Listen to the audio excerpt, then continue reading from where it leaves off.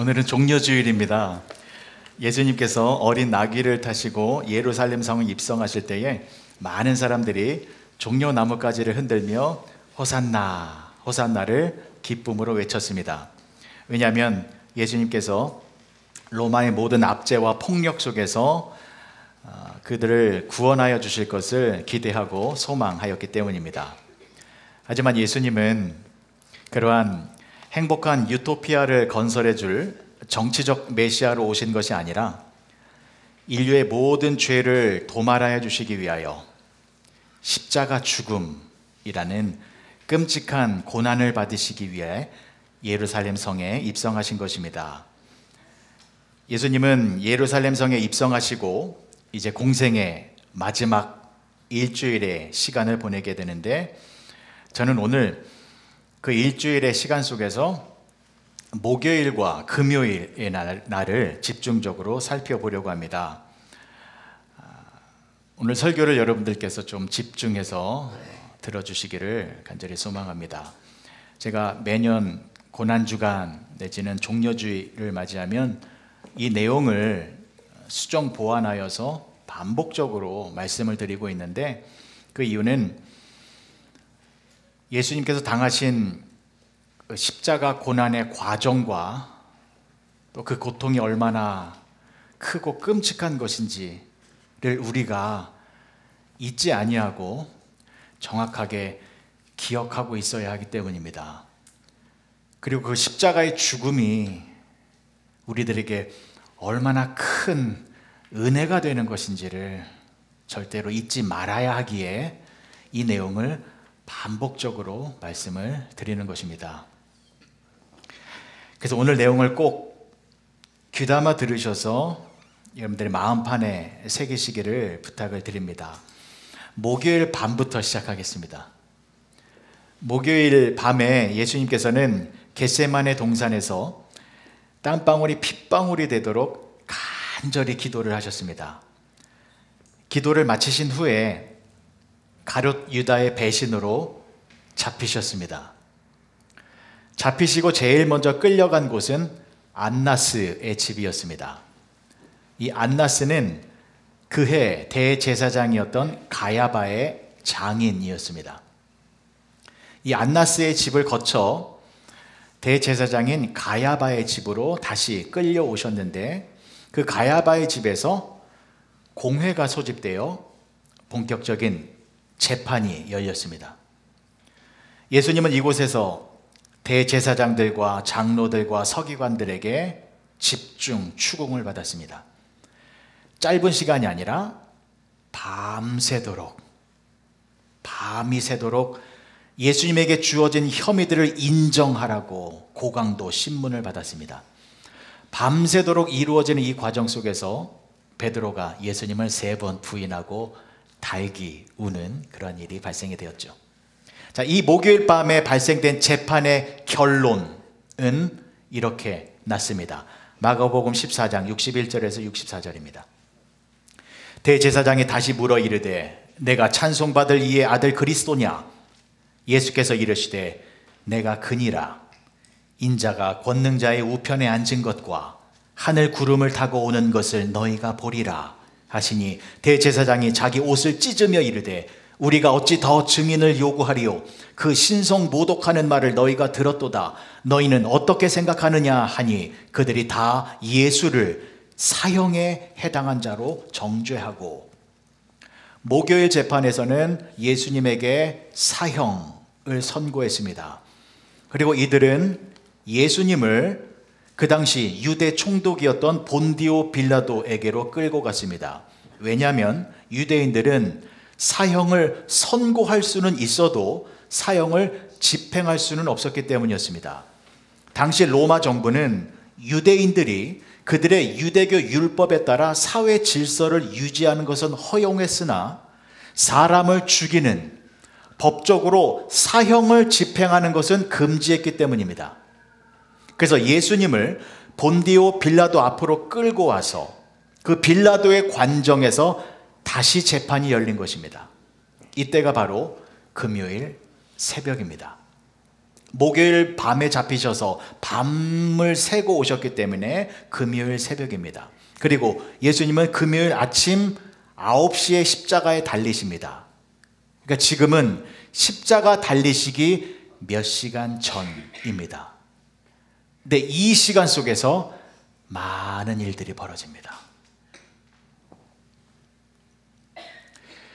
자, 먼저 유대인들은 사람을 죽이는 권한이 없었기 때문에 빌라도에게 이렇게 말을 합니다. 요한복음 18장 31절입니다.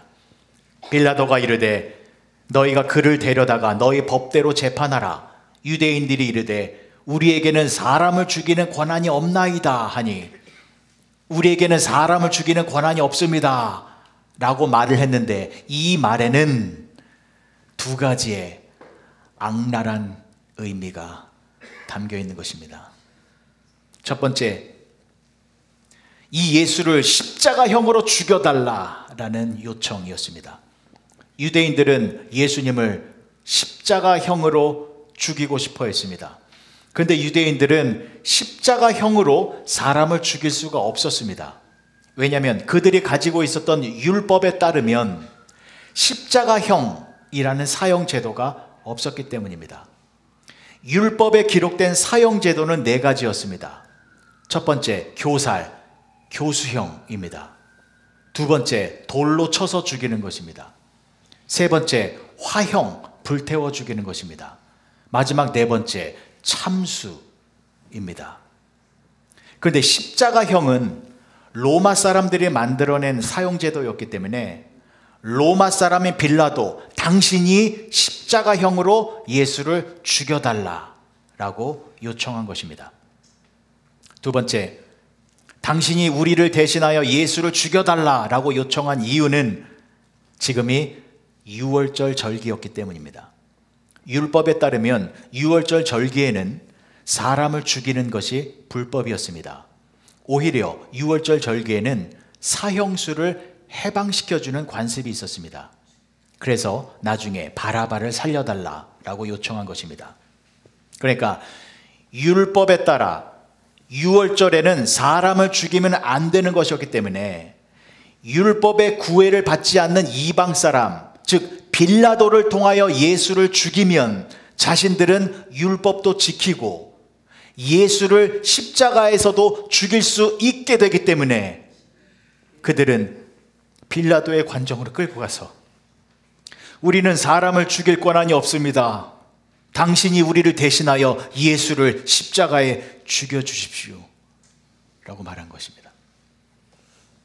자, 유대인들이 예수님을 고발한 혐의 내용은 크게 3가지입니다. 첫 번째, 이 예수가 사람들을 미혹하고 선동했다라는 것입니다. 두 번째, 이 예수가 가이사에게 세금을 내지 말라라고 말했다라는 것입니다. 마지막 3번째, 이 예수가 스스로 왕이다 라는 말을 했다라는 것입니다.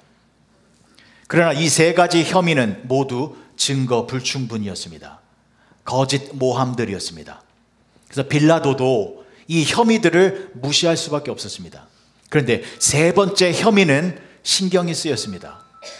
예수가 나는 왕이다 라고 말을 했다면 혹시 이가 반란이나 폭동의 원인이 되지 않을까 염려스러웠기 때문입니다. 그래서 빌라도는 예수님께 이런 질문을 던집니다. 요한복음 18장 33절입니다. 이에 빌라도가 다시 관정에 들어가 예수를 불러 이르되 내가 유대인의 왕이냐? 이 말에 예수님은 이렇게 대답하십니다. 36절입니다. 예수께서 대답하시되 내 나라는 이 세상에 속한 것이 아니니라. 만일 내 나라가 이 세상에 속한 것이었더라면 내 종들이 싸워 나로 유대인들에게 넘겨지지 않게 하였으리라. 이제 내 나라는 여기에 속한 것이 아니니라.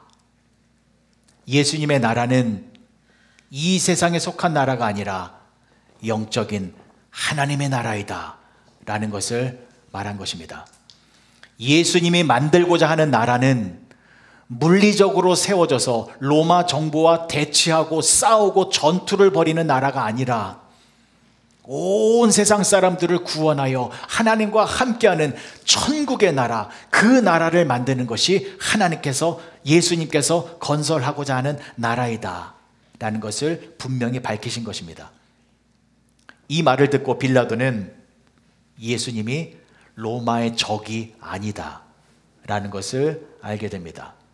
그래서 이 빌라도는 예수라는 이 사람이 중범죄자가 아닌 것 같아서 이 예수를 구할 수 있는 방법을 모색했는데,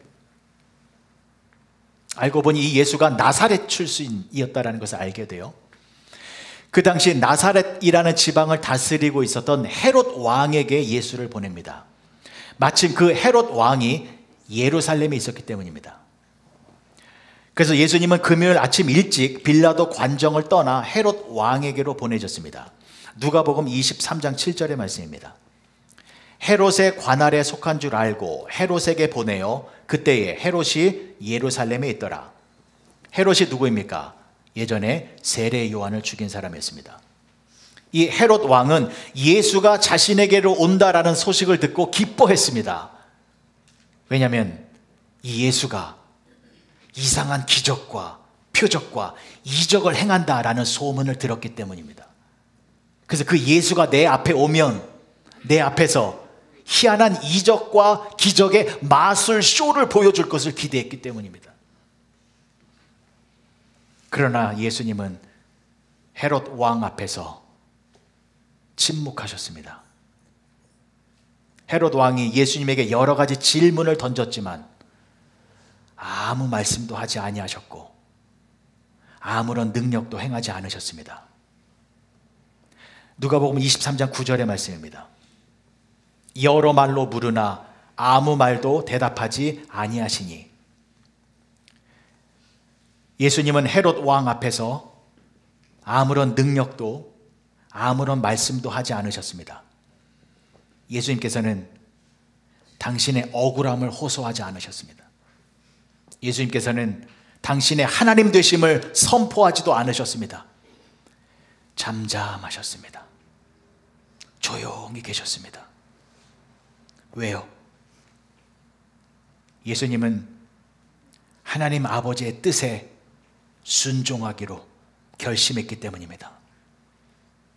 겟세마네 동산에서 땀방울이 핏방울이 되기까지 힘써 기도하시며 아버지여 내 뜻대로 마옵시고 아버지의 뜻대로 되기를 원하나이다 라고 기도하시며 저와 여러분들을 살리기 위하여 십자가의 죽음을 받아들이기로 결단하셨기 때문입니다.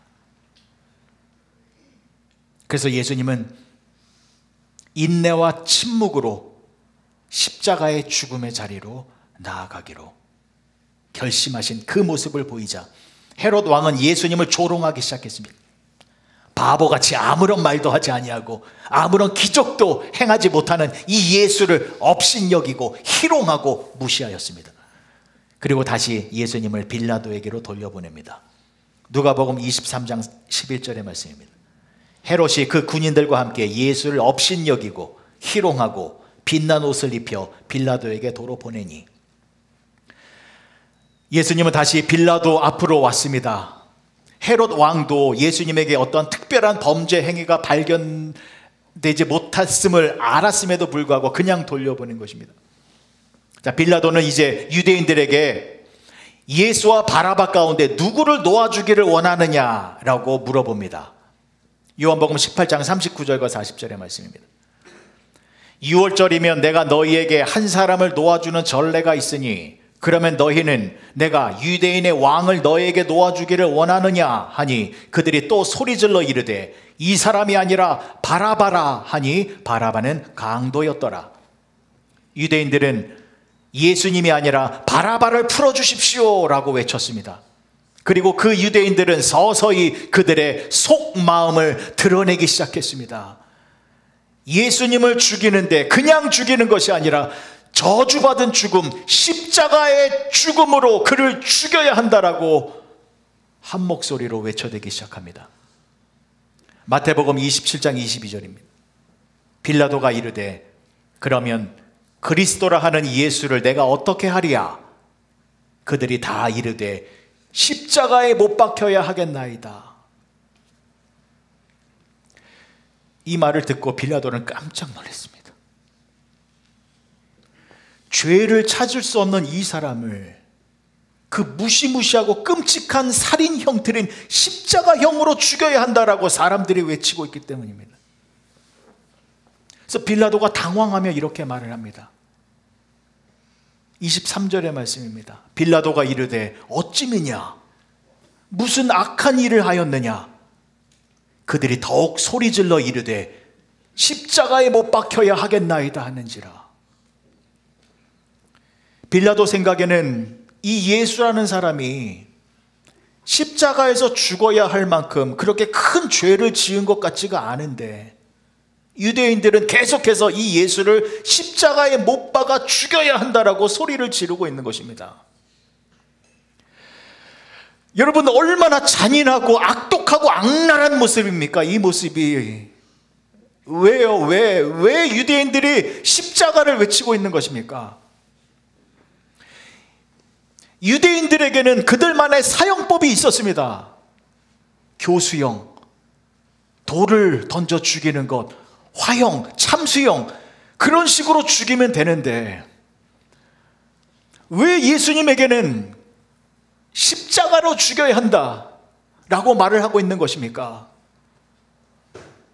그 이유는 예수님을 단번에 죽이려는 것이 아니라 십자가에 못 박아서 오랜 죽음의 고통 속에서 서서히 죽어가기를 원했기 때문입니다.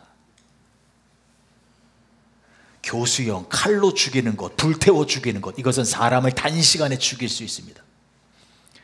그러나 십자가형은 사람을 천천히 죽이는 아주 잔인한 사형 방법이었습니다. 유대인들은 그 무서운 십자가형으로 예수를 죽여달라고 요청하고 있는 것입니다. 생각하면 너무나도 소름 끼치는 모습입니다. 여러분, 오늘은 종려주일입니다. 예수님이 나귀를 타고 예루살렘 성에 입성하실 때 이 사람들이 소리를 높여 무엇을 외쳤습니까? 호산나 호산나, 찬송하리로다, 다윗의 자손이여, 왕이시여, 기뻐하며 소리를 외쳤습니다. 그렇게 호산나를 외치며 예수님을 찬양했던 그들의 입술이 5일밖에 안 지났습니다. 지금 이 시간에 그 입으로 예수를 십자가에서 죽여야 합니다 라는 저주의 입술로 변한 것입니다. 인간의 마음은 참으로 변덕스러운 것입니다. 자신의 마음에 들지 않으면 하나님도 죽이려고 하는 것이 인간입니다. 인간이 그렇게 무서운 존재입니다.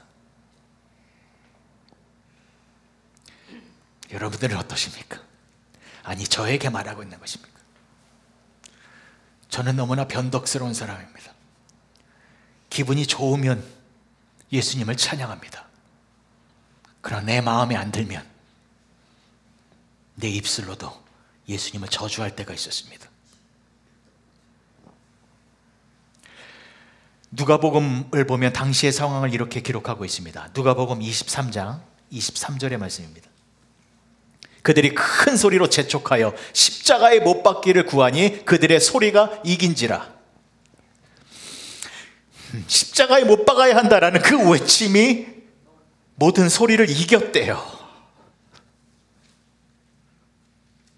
예수님은 하나님이십니다. 예수님은 우리의 구원자이십니다 라는 의로운 소리를 짓눌러서 그런 소리가 들리지 아니하고 예수님을 죽여야 합니다 라는 악한 소리가 이겼다라고 합니다. 빌라도는 결국 유대인들의 강력한 요구와 압박에 못 이겨 예수님을 십자가형에 넘겨줍니다. 자, 이제부터 주목해서 잘 들어보십시오. 자, 이제부터 예수님께서 엄청난 고통을 당하십니다. 자, 로마 군병들은 즉시로 예수님을 끌고 갑니다. 그래서 먼저 무엇을 했습니까? 채찍질을 먼저 했습니다. 여러분, 예수님이 채찍에 맞으셨습니다. 이 사건은 우리가 두 가지의 의미를 꼭 알고 계셔야 합니다. 첫 번째, 채찍은 수치스러운 것입니다. 그래서 채찍질은 너무나 수치스럽고 불명예스러운 것이기 때문에 로마 시민들에게는 절대로 이 채찍질을 못하게 법으로 금지시켰습니다. 그래서 로마인들에게 있어서 채찍질을 당하는 것은 가장 불명예스러운 형벌로 여겨졌습니다. 유대인들도 마찬가지였습니다. 유대인들도 많은 채찍질을 맞는 것, 율법을 통하여 금지시켰습니다. 민수기 25장 2절과 3절입니다. 신명기 25장 2절과 3절입니다. 악인에게 태형이 합당하거든 재판장은 그를 엎드리게 하고 그 앞에서 그의 죄에 따라 수를 맞추어 때리게 하라. 40가지는 때리려니와 그것을 넘기지는 못할지니 만일 그것을 넘겨 매를 지나치게 때리면 내가 내 형제로 천이 여김을 받게 될까 하노라. 40대에서요 한 대만 더 맞아도 천한 사람이 돼요. 비천한 사람이 돼요. 그래서 40을 넘기지 못하도록 했는데 예수님께서는 몇 대 맞으셨습니까? 40대가 아니라 수백 대의 채찍을 맞으셨습니다. 무슨 뜻입니까? 우리가 당해야 할 수치와 치욕을 예수님께서 친히 담당하셨다라는 것입니다. 그리고 채찍은 수치스러울 뿐만이 아니라 고통스러운 것입니다. 여러분, 채찍 맞아보셨습니까? 4대 성직자이자 또 4대 교부 중에 한 사람인 제롬은 이렇게 말을 하였습니다. 로마 군병들이 예수님을 채찍질하는 방식은 다음과 같았다. 우리 화면을 한번 보실까요? 제롬이 이렇게 말을 합니다. 로마 군병들이 예수님을 채찍질하는 방식은 다음과 같았다. 군병들은 예수님의 옷을 벗긴 뒤 기둥에 묶었다. 예수님이 묶여있는 곳으로 6명의 젊고 억센 채찍질을 가하는 자들이 걸어 나왔다. 그리고 예수님에게 있는 힘껏 채찍을 내리쳤다. 2명은 가시로 된 매로 예수님을 때렸다. 그 2명이 지치고 힘이 빠지면 다른 2명이 굵은 채찍으로 예수님을 내리쳤다. 그들이 지치자 다른 2명이 쇠사슬로 예수님의 살갗을 내리쳤다. 그렇게 군병들은 교대로 예수님을 계속해서 채찍질했다. 군병들은 채찍질을 당해서 찢겨져 나간 상처 위에 또다시 채찍을 내리쳤다.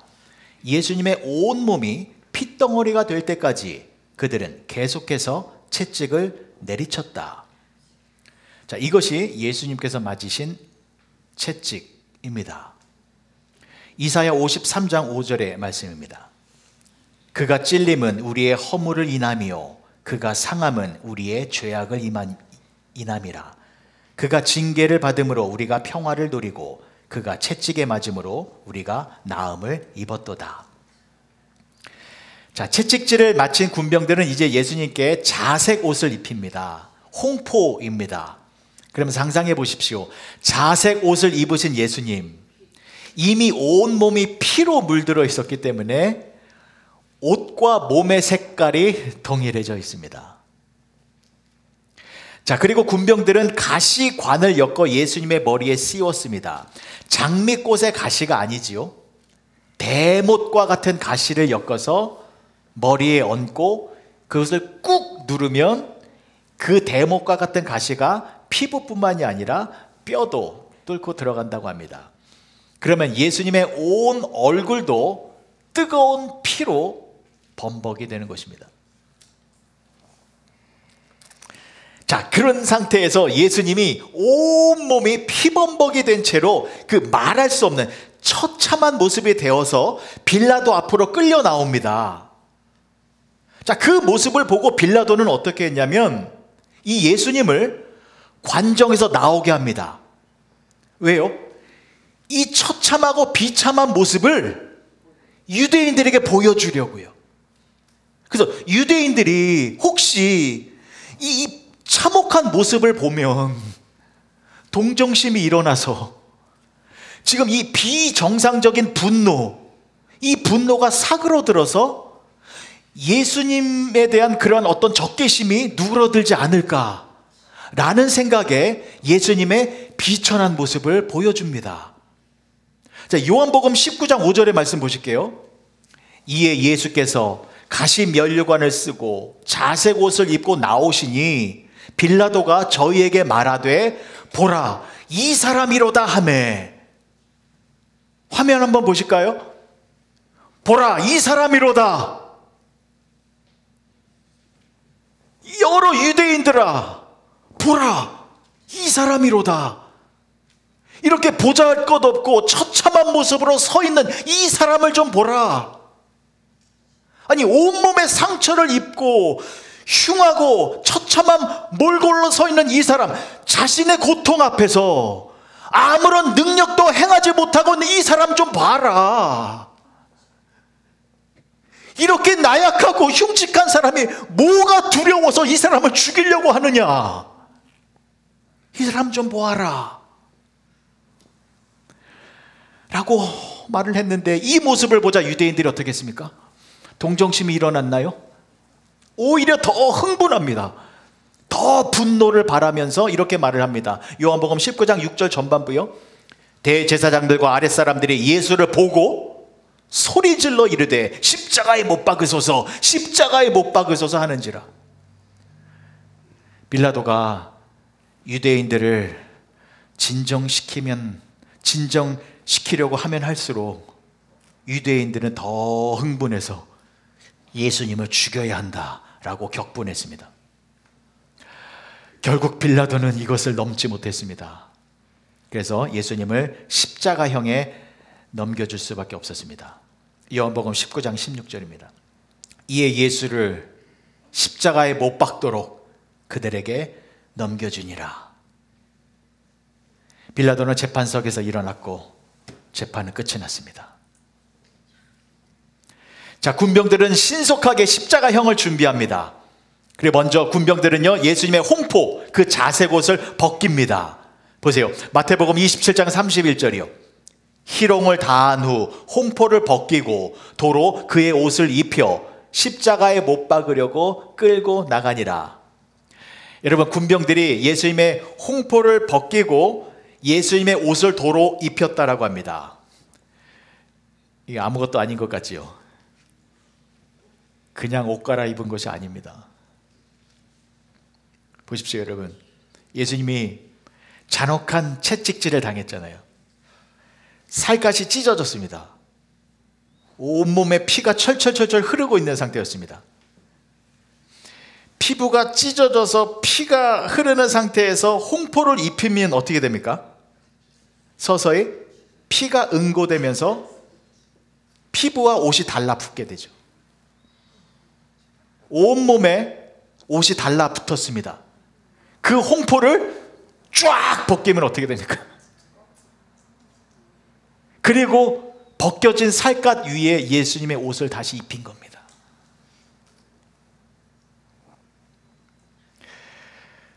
그리고 로마 군병들은 그러한 예수님 위에 무거운 십자가를 지게 하고 골고다 언덕 사형장으로 끌고 가게 했습니다. 예수님의 몸은 이미 만신창이가 되었습니다. 그리고 십자가의 사형장인 골고다 언덕에 겨우겨우 도착하시자, 자, 먼저 로마 군병들은요, 예수님께 어떻게 했냐면 쓸개를 탄 포도주를 예수님께 마시게 했습니다. 마태복음 27장 34절이요. 쓸개 탄 포도주를 예수께 주어 마시게 하려 하였더니 예수께서 맛보시고 마시고자 하지 아니하시더라. 그 십자가 사형수들에게 로마 군병들은요, 먼저 포도주를 주는 관습이 있었다라고 합니다. 왜냐하면 이제 십자가에 못 박혀야 되잖아요. 그 고통이 너무나도 크기 때문에 맨정신으로는 그것을 감당할 수 없어서 포도주를 마시게 했대요. 그래서 조금 이렇게 알딸딸한 마취된 그런 상태에서 그 고통을 당하라고. 그런데 그냥 포도주가 아니라 쓸개 탄 포도주라고 했잖아요. 이게 뭐냐면 독이 든 포도주였어요. 그래서 쓸개 탄 포도주를 많이 마시면 어떻게 되냐면 그냥 독살로 죽어요. 그래서 예수님이 그것을 맛보시고 안 드신 것입니다. 저 같았으면 그거 먹었을 거예요. 십자가형보다는 차라리 그 독국물 마시는 게 낫지요. 근데 예수님은 그 포도주, 쓸개 탄 포도주를 안 드셨습니다. 왜요? 왜요? 예수님은 우리를 위하여 죽으시는데 어떤 방법으로 죽기로 결정하신 것입니까? 십자가 죽음입니다. 독약을 먹고 죽는 것이 아니라 십자가 죽음을 통하여 저와 여러분들을 구원코자 하는 그 길을 택하셨기 때문입니다. 요한복음 3장 14절 15절입니다. 모세가 광야에서 뱀을 든 것 같이 인자도 들려야 하리니 이는 그를 믿는 자마다 영생을 얻게 하려 하심이니라. 이런 하나님의 말씀을 성취하기 위하여 십자가의 길로 가십니다. 자, 그리고 이제 예수님은 십자가에 못 박히게 됩니다. 군병들은 예수님을 십자가 위에 이렇게 눕혀놓죠. 그리고 다리와 손 못 박기 위해서 못 박기 좋은 위치를 선정하기 위해서 팔과 다리를 쭉 당깁니다. 그리고 온몸에 가장 예민한 그 손과 발에 큰 못을 박기 시작합니다. 자, 예수님이 십자가에 못이 박혔습니다. 그리고 상상해 보십시오. 누워있던 십자가가 쭉 올라옵니다. 그럼 어떻게 됩니까? 예수님의 온몸이 밑으로 쭉 처지지요. 이때 끔찍한 고통이 찾아온다고 합니다. 너무 아파서 몸을 움직이면 움직일수록 더 큰 고통이 찾아온다고 합니다. 온몸의 무게 때문에 상처가 터지고 찢어지기 시작합니다. 터진 상처에 또 피가 터져 나오기 시작합니다. 그렇게 예수님은 서서히 죽음의 자리로 나아가신 것입니다. 그리고 예수님은 그렇게 우리를 위하여 십자가에서 죽으셨습니다. 요한복음 19장 30절의 말씀입니다. 예수께서 신 포도주를 받으신 후에 이르시되 다 이루었다 하시고 머리를 숙이니 영혼이 떠나가시니라. 예수님께서는 십자가에 못 박히셔서 다 이루었다 라고 말씀하시며 죽으셨습니다. 여러분, 예수님께서 십자가에서 달리신 그 이유와 목적 무엇입니까? 꼭 우리는 이것을 기억해야 합니다. 예수님께서 십자가를 지시고 죽으신 그 이유는 저와 여러분들의 모든 죄를 깨끗하게 씻어주시기 위해서입니다. 그리고 예수님이 십자가에 달리셔서 죽으시고 부활하신 이유는 저와 여러분들에게 영원한 생명을 주시기 위해서입니다. 이것을 꼭 잊으시면 안 됩니다. 그래서 베드로 전서 2장 24절의 말씀이 이렇게 나옵니다. 친히 나무에 달려 그 몸으로 우리 죄를 담당하셨으니 이는 우리로 죄에 대하여 죽고 의에 대하여 살게 하려 하심이라. 그가 채찍에 맞음으로 너희는 나음을 얻었나니. 십자가는 죄에 대하여는 죽이고 의에 대하여는 살리는 능력이 있는 것입니다. 다시 한번요, 여러분.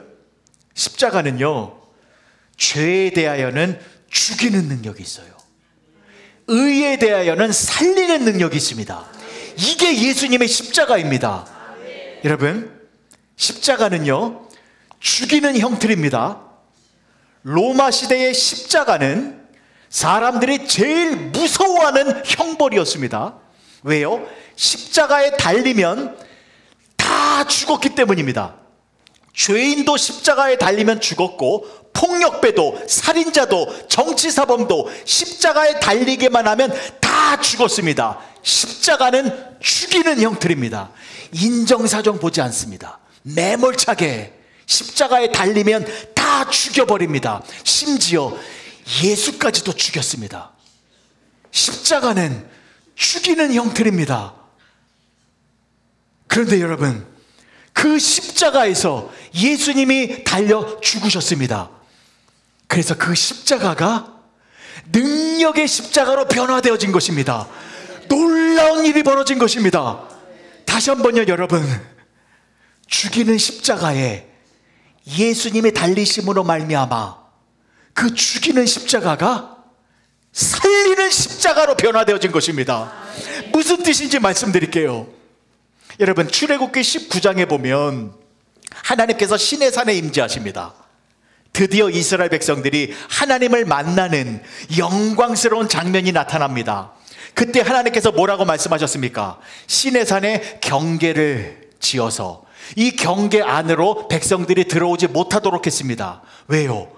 하나님은 너무나도 거룩하신 분이시기 때문에 죄인된 이스라엘 백성들이 가까이 오면 다 죽임을 당할 수밖에 없기 때문이었습니다. 그래서 경계를 넘어오지 못하도록 하신 것이었습니다. 자, 그런데 여러분, 저와 여러분들의 상황을 보십시오. 저와 여러분들은 죄를 짓고 있습니까? 안 짓고 있습니까? 무지하게 많은 죄를 짓고 있습니다. 그러면 저와 여러분들이 하나님이 정해진 경계를 넘어가면 됩니까? 안 됩니까? 큰일 나는 겁니다. 죽습니다. 그런데 우리는 그 경계를 넘어가고 있습니까? 안 넘어가고 있습니까? 경계를 넘어가는 것뿐만이 아니라 하나님과 함께하고 있습니다. 여러분, 죄인인 우리가 공의로우신 하나님과 함께하고 있습니다. 그래서 영원한 축복을 누리고 있습니다. 이게 왜 가능한 것입니까? 우리 안에 예수님의 십자가가 있기 때문입니다. 십자가가 뭐라고요? 죽이는 겁니다. 그 예수님의 십자가가 내 안에 있기 때문에 내가 짓는 모든 죄를, 추악한 죄를, 더러운 죄를 십자가가 다 죽이고 있는 겁니다. 다 죽이고 있는 겁니다. 하나도 남김없이 모조리 나의 죄를 깨끗하게 죽이고 있기 때문에, 십자가가 내 죄를 죽이고 있기 때문에 그 십자가의 은혜와 능력으로 말미암아 내가 죄 사함을 받아 하나님과 함께하는 하나님의 자녀가 되어지는, 그래서 영원한 생명의 축복을 누리는 그러한 복된 삶을 살게 되어졌다는 것입니다. 예수님의 십자가, 죽이는 십자가가 우리를 살리는 십자가가 되어졌다라는 것입니다. 그 십자가를 이루기 위하여 예수님께서 오늘 예루살렘 성에 입성하셨습니다. 그리고 마지막 일주일의 시간을 보내게 됩니다. 내일부터 고난주간 시작됩니다. 아침 묵상을 통하여, 영상을 통하여 메시지도 전달해 드리겠습니다만, 특별히 다음 주 한 주간에는 월요일부터 금요일까지 하루하루를 예수님과 동행하며 사시기를 간절히 부탁드립니다. 정말로 간절히 부탁드립니다. 여러분들의 십자가를 지고 예수님을 따라가시기 바랍니다. 우리는 죄를 이길 수 있는 사람입니다. 우리 안에 십자가가 있기 때문입니다. 이번 한 주간만이라도 죄를 멀리하고 죄를 이기고 거룩하고 경건한 모습으로 살아가시기 바랍니다. 그리고 금요일 밤에 우리 다 같이 모여서 예배 드릴 것입니다. 예수님이 돌아가신 그날 우리 다 함께 모여서 예수님의 죽음이 나의 죽음이 되는 그런 고백의 예배를 올려드리기 원합니다. 그래서 다음 주는 부활주일입니다. 그래서 이번 주를 거룩하고 경건하게 보내시어 다음 주 부활절을 기쁨으로 맞이하시는 우리 모두가 되어지시길 주님의 이름으로 간절히 축복합니다. 기도하시겠습니다. 좋으신 아버지 하나님, 은혜를 감사합니다. 오늘은 종려주일입니다. 십자가 죽음을 향하여 예수님께서 예루살렘 성 안으로 들어오셨습니다. 우리도 그 예수님을 따라가기 원합니다. 나의 십자가를 지고 예수님과 함께 내가 죽어야 할 자리로 나아가기 원합니다. 죽음의 자리에 부활의 영광이 있습니다. 예수님과 함께 나의 모든 죄악된 삶을 벗어버리고 옛 모습을 벗어버리고 예수님과 함께 부활하여 하나님의 자녀됨의 그 거룩함의 삶의 기쁨의 삶을 누리며 살아가는 우리 모두가 되게 하여 주시옵소서. 예수님의 이름으로 기도합니다.